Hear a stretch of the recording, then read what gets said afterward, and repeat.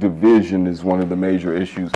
You got, well, quite frankly, there's and John Lynch knows this, you know, going into the position that he's going in, that they question whether or not he has the experience, whether he has the pedigree.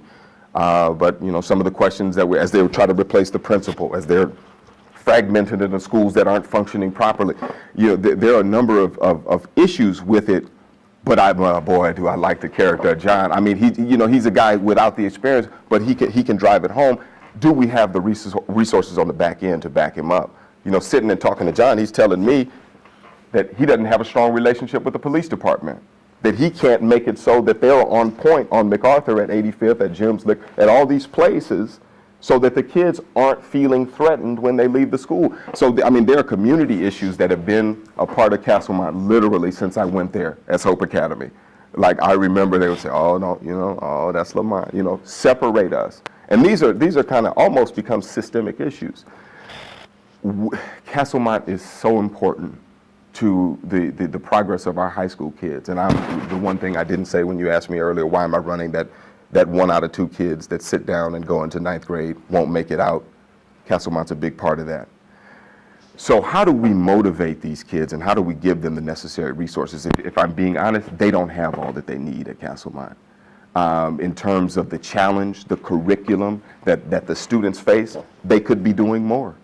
They need to be challenging these young Latino, white, black men and women to survive in circumstances that they will most certainly face. And right now, I don't feel like they're being held to the fire. I do feel like John Lynch, once he's in place, will hold them accountable.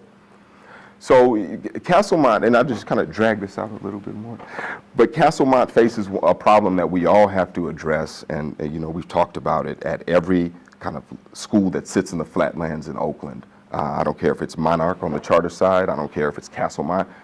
Teachers have reservations about working in these areas, right? Turnover is high. You know, the commitment that we need from teachers is more in line with what somebody like Alice Simmons is talking about. We need turnaround, we need committed staff, and we need to provide them the latitude to work. And you know, there are board people that will tell you we have that the thing that really hurt Castlemont was the state takeover. When they handed it back to us, we didn't have what we were supposed to have. And so we're rebuilding. We're rebuilding. I have every faith that with that level of thinking, with the commitment of people like John, Aaron Bowman, you know, they have a very strong staff there. You know, I think about it. And so with that commitment, but our task as administrators, as people who help push these agendas that support kids, we got to continue to get them resources, and we got to continue to hold them accountable for the information that they're teaching their kids. Again, the expectation must be higher for these students.